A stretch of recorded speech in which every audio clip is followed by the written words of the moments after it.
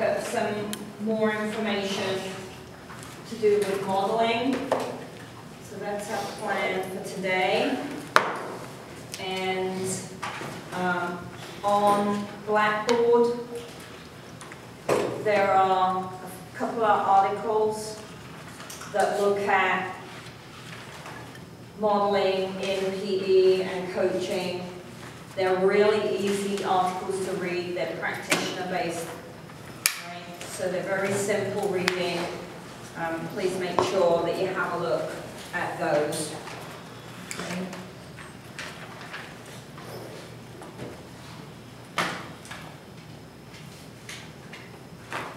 Isn't it Wednesday? Yeah, oh, we have a class today. Okay. So, I want you to be the guinea pig for this, so stop by and chat with me at the end, please. All right, so modeling. Oh, this isn't going to work because I pulled it up from please. There we go. All right.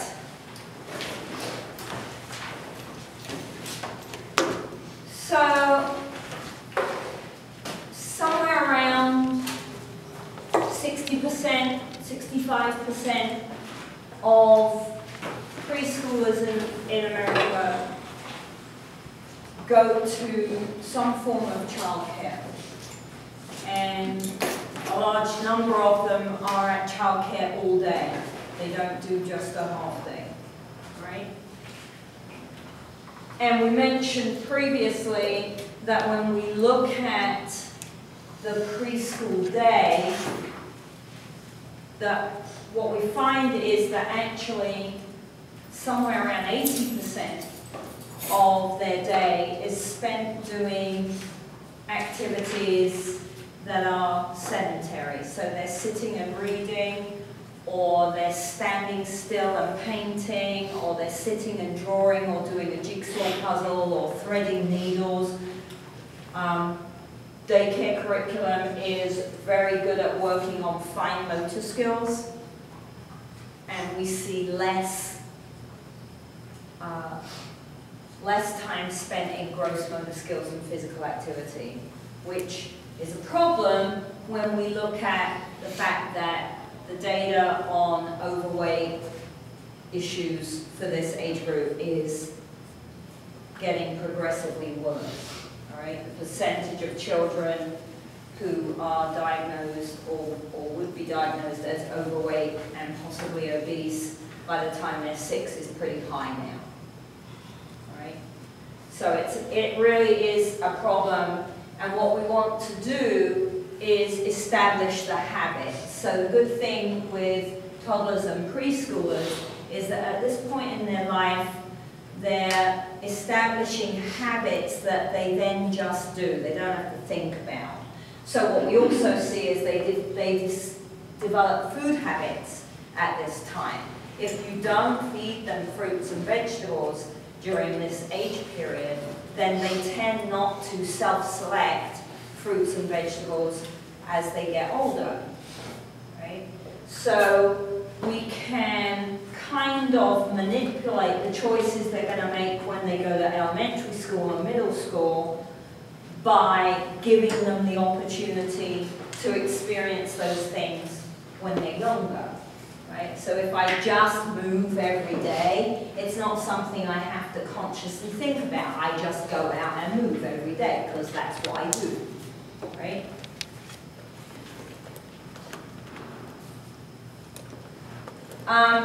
Let me just...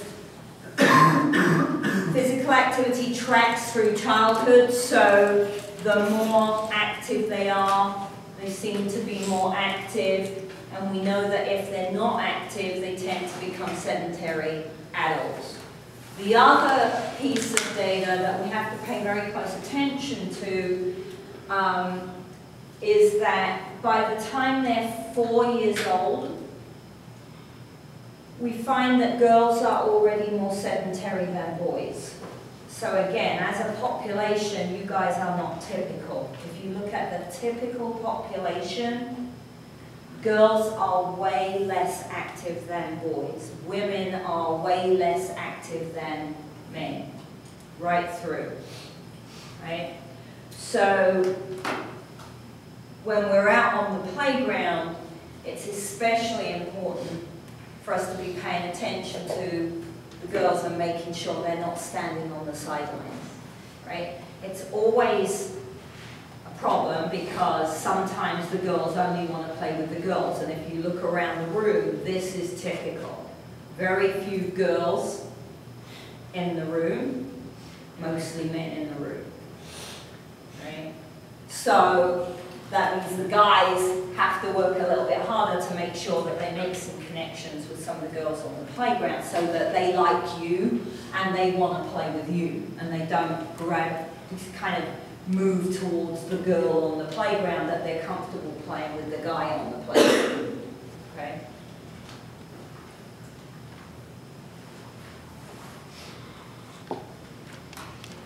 So some of the barriers that we see when you interview childcare workers, it's not only that we don't train childcare workers how to teach motor skills, which we don't in this state, but a lot of the daycare literature, the early childhood literature, suggests that children should have autonomy and they should have large periods of time in the day where they're in charge of what they do, all right? And that's developmentally appropriate. That tends to be interpreted as, well, when they're on the playground, that can be their time to be autonomous. They can have free play. As long as I stand here and make sure they're safe, they can do what they like, all right? And so what we see is the teachers being very sedentary on the playground. But that then models that when you go outside, what you do is stand still or sit down. You don't play, right? Because the teacher is a very influential person in this child's life. If they are in full-time childcare, then chances are they spend somewhere around 9 to 10 hours a day with this adult, not with their parent. So this adult becomes very influential. Okay? So if this adult models sedentary behavior, the child, bless you, the child is likely to engage in sedentary behavior. Okay? So we want to model physical activity, playing, running around, and motor skills so that they're more engaged in what we're doing. The more engaged they are, the more practice they're getting. The more practice they get, the better the skills become. All right? Especially if we're modeling the correct skill. And you've got to be careful with that because these toys are scaled for preschool children. That means what I'm asking you to do is like clicking your fingers. I mean, you have to put no effort at all into achieving the skills that I'm asking you to do. So you've got to watch yourself because that means it's very easy for you to stand in front of my large, silly throwing target, pick up a big bag and just chuck it at the target. Well, what stage did I just model? Which stage of throwing did I just model? Stage 1. Is that what we want them to do? Right? So when it's really easy, we tend to not do the skill properly. Right? So you've got to watch each other and watch yourselves. Just because it's easy doesn't mean you don't model throwing. Because if you model it, they can copy it. Right? If what we model is this, then that's what they're going to copy, and we don't see improvement in their skill. Okay? This picture, it's not very clear, with the lights on, but if you take a look at it later, you'll see that this was taken at one of the daycare centers that we worked at in Alabama. And so this is the classroom teacher and this is a helper. So they quite often had retired people in the community would come in and read to the kids and play with the kids and help out as classroom aides because they couldn't afford to pay classroom aides, right? And so this summer was quite interesting, and it's a good example of our constraints triangle. The building and the playground that we were normally in had no shade, all right, other than the shade stand that they had put at the side over the sand pit. And then there was a picnic table there and a couple of chairs there. And so what would happen is we would go out for PE, the teachers would come out and sit down at the picnic table under the shade and watch us do PE. And it didn't matter how hard we tried, we could not get them to engage in the PE because it was hot, it was very humid. At 8 o'clock in the morning, the humidity doesn't cut down in the south until the middle of the day. So at 8 o'clock in the morning it's cooler, but it is ugly, ugly sweaty, right? So they would sit down and stay in the cool, we'd be running around like crazy, right? This summer, the city did up the building for the daycare, and so they kicked us out and put us somewhere else for the summer while they painted and replaced a couple of windows and fixed holes. And the place they put us had this massive playground with tons and tons and tons of pine trees. So there was loads of shade. And for the only time in the 5 years that I ran this program there, the teachers played. They got up and they played. And the kids were so excited. Like usually I was the center of their world when I went out there. They didn't care whether I was there or not. Their teacher was playing. And they were like, watch me. It was so cool. And all it was a change in the environment. We went somewhere where there was shade. And I was able to set the toys up in the shade and the teachers played. And it was the most amazing experience. And then at the end of the summer, they put us back into our regular building on our regular playground, and the teachers all sat down again. And I could never replicate it. It was really frustrating. But it was great. And it really highlighted to me how important this is for these kids. So we want to model playfulness. We want to model motor playfulness. All right? Just because we're moving doesn't mean it can't be fun. We don't want to let them think that it's not fun. Okay? Later in the semester it's going to get cold. You have to be very, very careful what you say and what you model once it gets cold. Trey, put the phone away. Right? So we have to model playfulness. We can't model, oh, we got to model, yeah, come on, let's run around and get warm, right? So we'll talk about that as the weather starts to change. We just mentioned this. They need to be their own play leaders. So what that means is that you're facilitating, you're not dictating, all right? You're not going to tell them what they do and don't have to do with the equipment. They need to perceive that they're playing. That means they get some choice in what they do. Our job is to try to manipulate the choice so that they're doing what we want them to do. But sometimes they just won't do what we want them to do, and that's just the way it goes. Right? That's okay. I don't really mind too much as long as they're being active. And you can always come and ask me, you know, I cannot get them to do this. Does it matter that they're doing something else? Right? Again, in Alabama, we don't get this here because we don't have trees with leaves.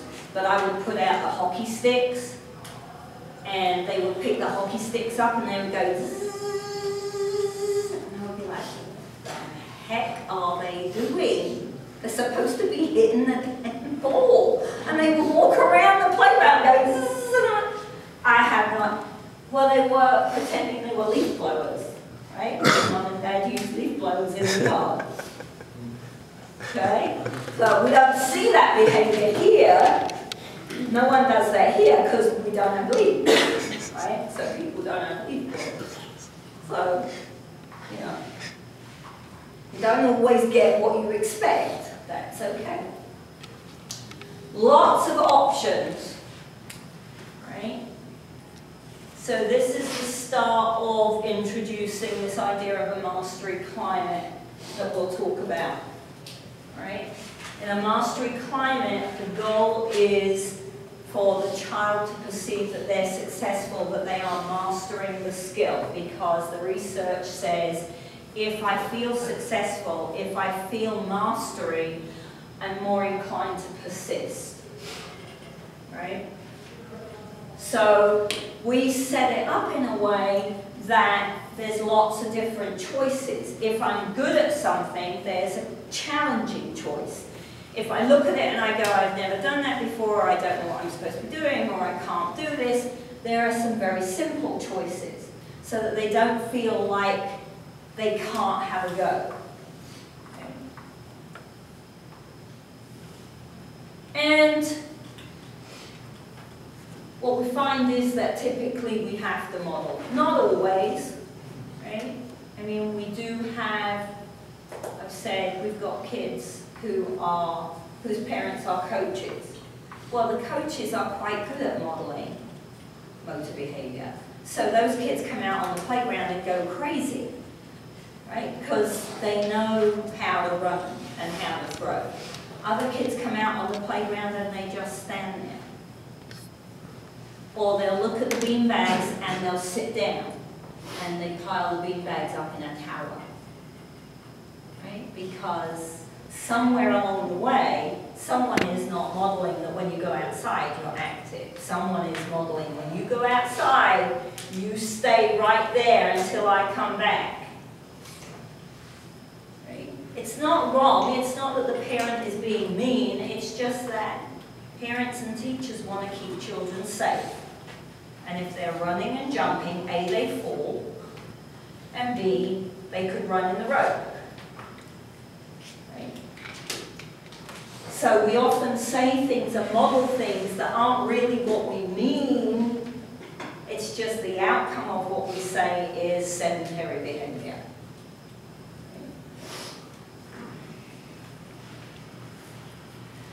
So our intervention is specific. All right? Our raison d'etre for being out there is we are going to improve the fundamental motor skills, number one, and we are going to increase physical activity levels, number two. Okay? Which means we have to be players a lot of the time. Sometimes they'll want to show us something, and then you have to, back off, let them show you. But a lot of the times you've got to play. You can't supervise, you have to actually play. Okay? If there is a set of toys on the playground they're not using, so depending on where I put them on the playground, they might ignore something and play with the things that are more immediate in their environment. If you go over and start playing with the thing they're ignoring, sooner or later they'll come and play with you because they want to play with you, right? And if you make it look really fun, they'll kind of watch you, and then they won't be able to resist coming over there and having a go because it looks so much fun, right? So you've got to do the work of making it look fun and playful and like this is worth coming and having a try. Okay? When we get there, they're very excited. They know it's PE. day, and they love it.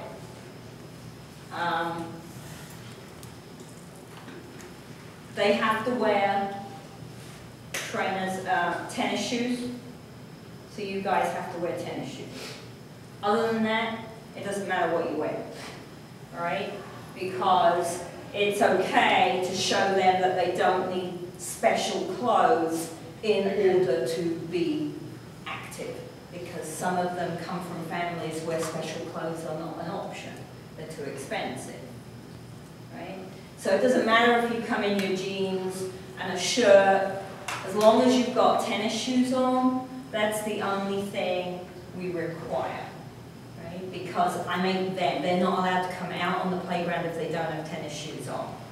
So I can't very well let you guys walk in with something other than tennis shoes, all right? This is all just reiterating what I've been saying. All right, so obviously my main point right now is trying to get you ready for the playground, but there's plenty of literature, and some of that is the stuff that I put up for you to read.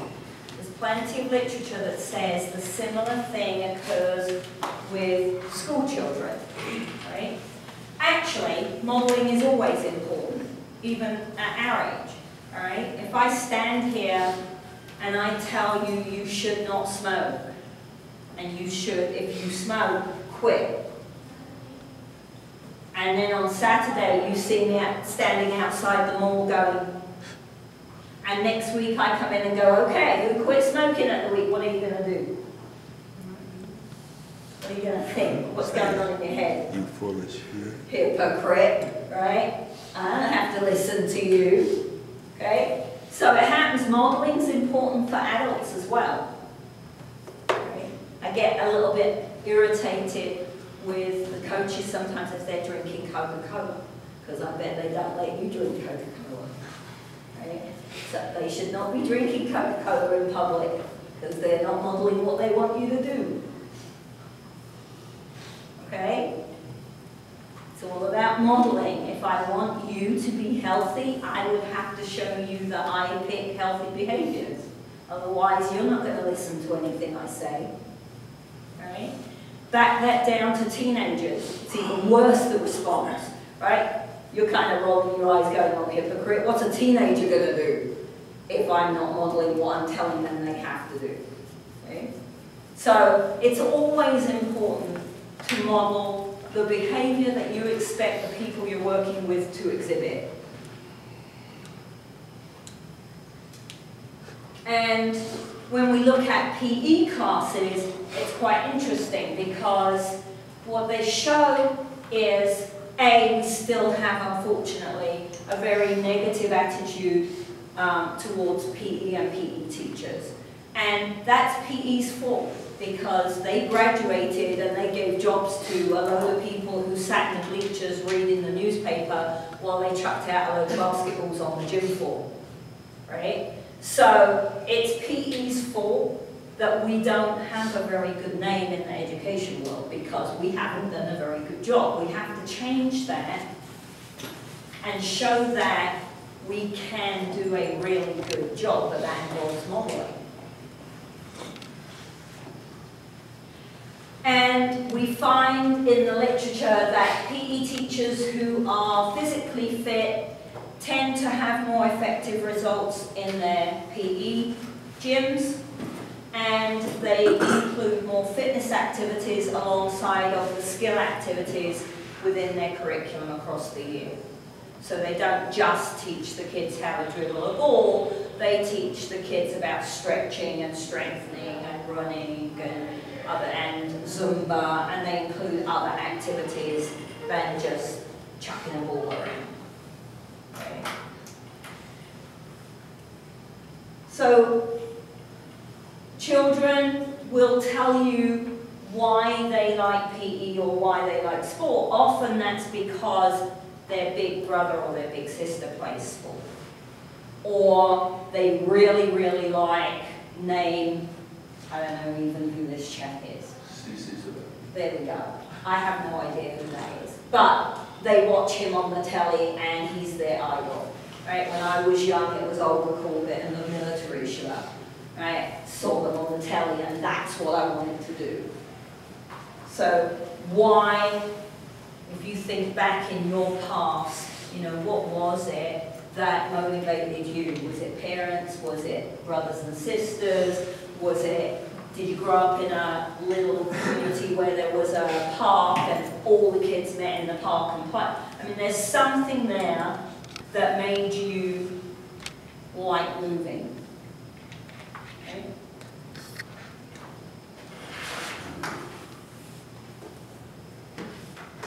So, model competency, just to repeat that idea because it's difficult.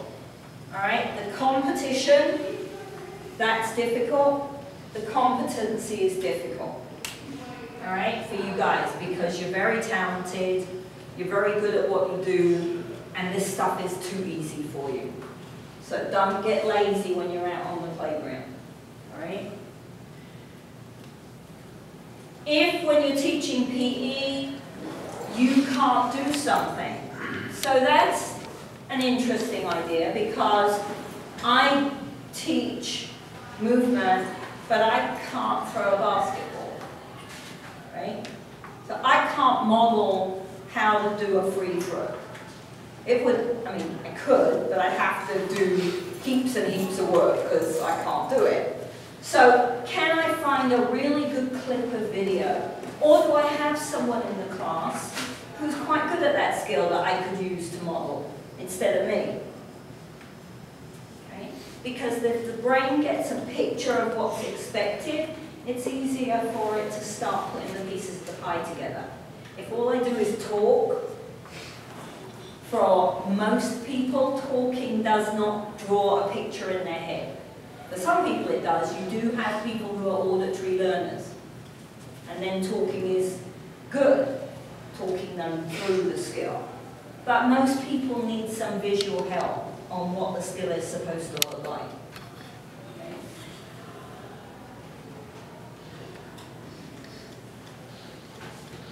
So, what I hope is that by the end of the semester you have a feeling for this idea that if you get engaged, if you play, if you model, and you show how much fun it is, that we can start to change this culture of children who are sedentary.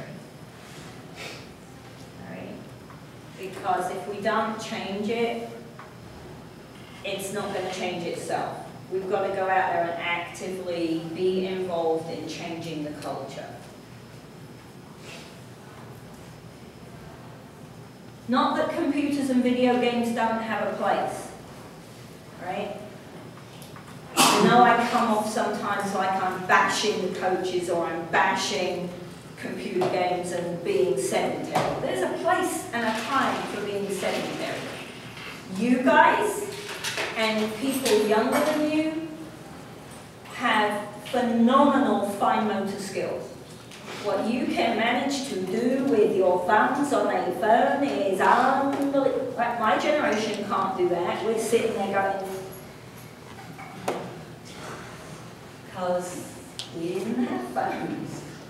We didn't do any fine motor, right? So there's a time and a place. It's just the problem is it's become the normal part of the day and we forget the other stuff. And fine motor skills are great, but they do not keep you healthy. Okay?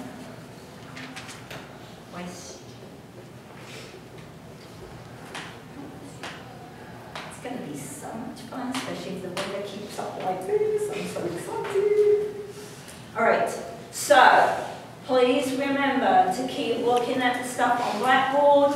There is going to be a quiz. You have to pass the quiz before you can come out onto the playground because I need to know that you have paid attention enough that you're not going to go out on the playground and make a massive, big, little errors are okay, but I don't want you going out making massive, big co-paths. So don't ignore the stuff that I put up on Blackboard because it will come back and kick you in the butt in a